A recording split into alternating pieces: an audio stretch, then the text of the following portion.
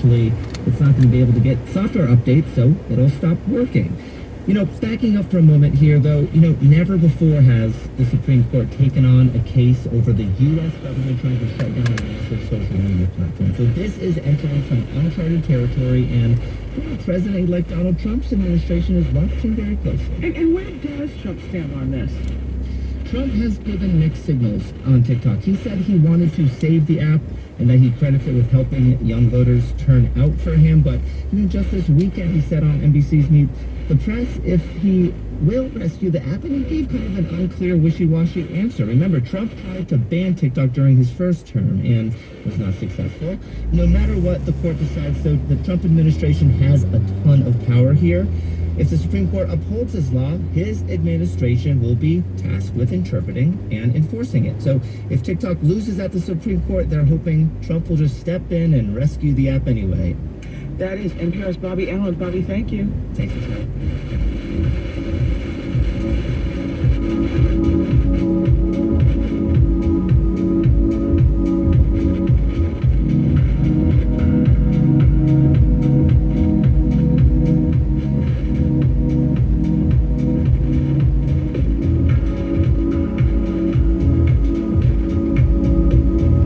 Morning edition at 8:19. A new rule in California calls for all new vehicle sales to be zero emission by 2035, and one energy policy expert does not expect pushback from the U.S. automakers. If they don't transition to electric vehicles by 2035, there won't be a U.S. auto industry. The new Trump administration will likely change the rule, and we talk about it at 8:34 today, right here on WHYY in Philadelphia. Just trying to do a little quick math on how many daylight hours we have this time of year as we get toward the solstice, right? I think about 9 hours, 20 minutes. That's not a ton.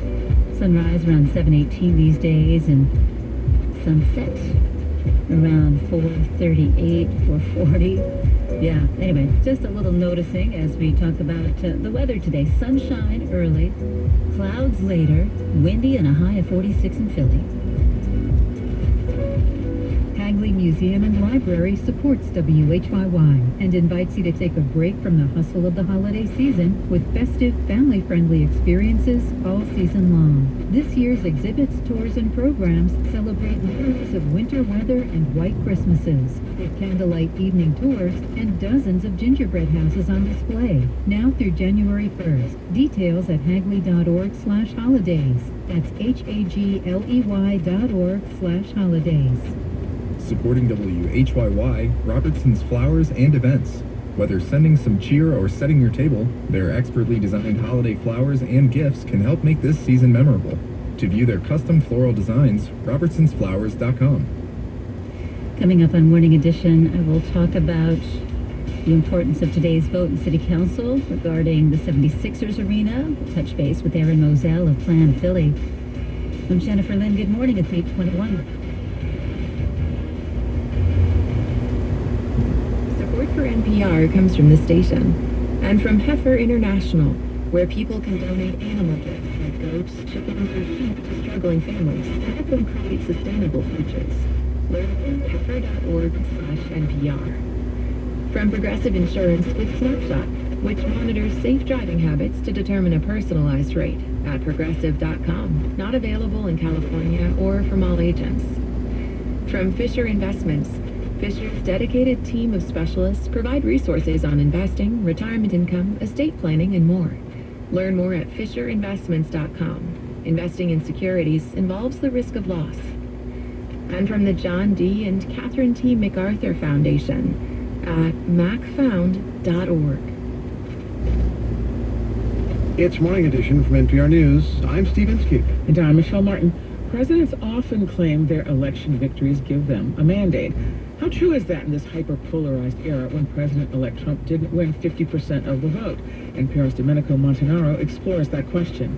President-elect Donald Trump has a lot that he wants to get done. Mass deportations of immigrants in the U.S. illegally and extending his tax cuts, for example. To do those things, it helps to have the support of voters. America has given us an unprecedented and powerful mandate That was Trump during his victory speech in November after winning the 2024 presidential election. He's the first Republican in 20 years to win the popular vote, but it's hard to claim a mandate when you get less than 50%, as Trump did. We're seeing this fit into a typical pattern where presidents kind of know they're going to be embattled. That's Julia Azari, a professor at Marquette University and author of a book about presidential mandates. They know that their viewpoints will be controversial, and so they use the mandate to try and suggest, all right, it's okay for me to do this, or my critics are ultimately not just critics of me, but they're critics of the popular will. Trump did win the Electoral College fairly handily, and Republicans will control both the House and Senate. But Trump's popular vote victory was the second closest margin in the last 60 years. In reality, presidents almost never come into office with overwhelming mandates, and that's because elections are rarely about one thing. That hasn't stopped past presidents from claiming mandates, though. Franklin Delano Roosevelt's first inaugural address in 1932 is famous for this line, that the only thing we have to fear is fear itself. But at the end of his speech is this. In their need, they have registered a mandate that they want direct, vigorous action. The needs at the time were great. The country was in the midst of the Depression, and FDR was proposing a massive expansion of government to address it, from regulating Wall Street to passing Social Security. Lots of presidents, past and present, followed suit. The American people gave the elected representatives in Washington an overwhelming mandate to rescue the economy. I think there was no question that there was a mandate in this election. I earned capital in the campaign, political capital, and now I intend to spend it. That was Ronald Reagan, Bill Clinton, and George W. Bush. 4 years ago, President Biden did it too. They've given us a mandate for action on COVID, the economy, climate change, systemic racism. That would be quite the mandate. Others thought the mandate had sweeping power too. Richard Nixon hoped it could save him from Watergate. If you want the mandate you gave this administration to be carried out, then I ask for your help to ensure that those who would exploit Watergate in order to keep us from doing what we were elected to do will not succeed. Not every president, though, has been comfortable using it. George H.W. Bush in 1988. Well, I don't know whether I want to use the word mandate. Later in the same news conference, though, he adjusted his stance, pointing out, I do feel that the vote was convincing enough, and the margin great enough, and the numbers of states carried big enough that it gives a certain confidence to the executive branch of the government. After winning re-election in 2012, former President Barack Obama was asked whether he thought he had a mandate. He said he was cautious about second-term presidential overreach, but I didn't get re-elected just to bask in re-election. When it comes to Trump, he's charging full steam ahead, using the idea of a mandate to try and build support for his agenda before he's sworn in. Professor Azari says presidents have used the word more in hyperpolarized environments and when they want to test the limits of their power. Presidents do this in these defensive postures. They do this when they're trying to expand out their power in new ways, and we see plenty of evidence that Trump has designs to do that. Presidents are well aware that they have a limited amount of time until the shine of an election wears off. Take it from one who got a lot done, Lyndon Johnson, here in 1967. The president's mandate rarely lasted longer than 6 months, and I hope that we could get most of the pledges we made in our platform enacted as soon as possible. Rarely lasted longer than 6 months. That's going to mean if Trump wants to accomplish his ambitious agenda, he's likely going to have to pick and choose and get it all done as quickly as possible, with or without a mandate. Domenico Montanaro, NPR News, Washington. Okay, Steve, I'm just going to tell on myself. I don't send holiday cards. I love getting them, but I don't send them. You? Basically the same. We've sent a few over the years, but they're a lot of work. I mean, it's great to show off your kids, but it's an effort.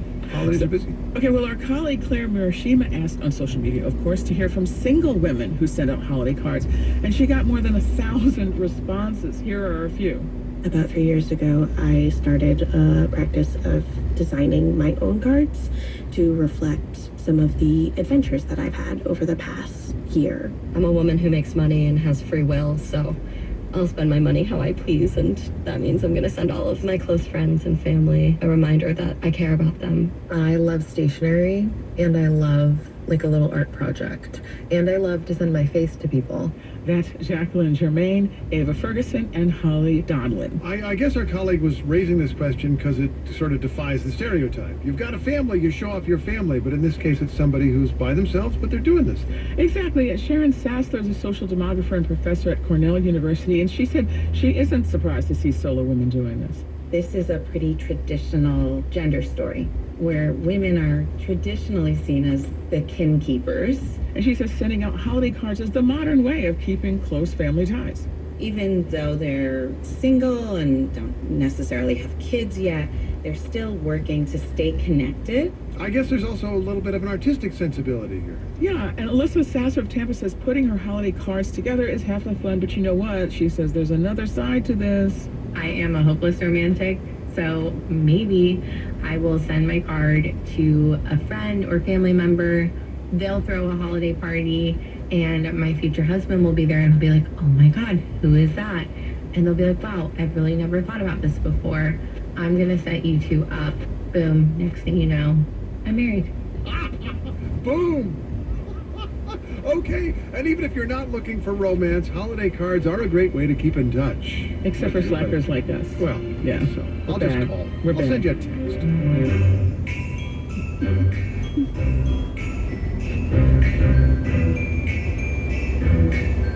This is NPR News. This is Morning Edition.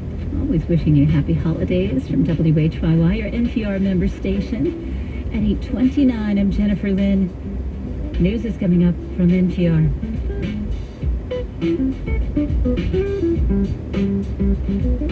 Supporting WHYY, Comcast Business. Committed to providing connectivity for your business with network and cybersecurity solutions. Restrictions apply. Learn more at ComcastBusiness.com. Comcast Business, powering possibilities. This year, a record number of travelers are expected to take to the roads or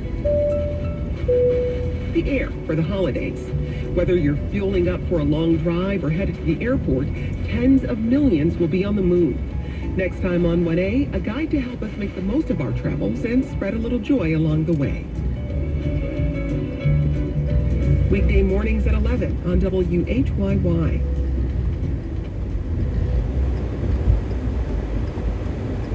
Live from NPR News in Washington, I'm Dave Mattingly.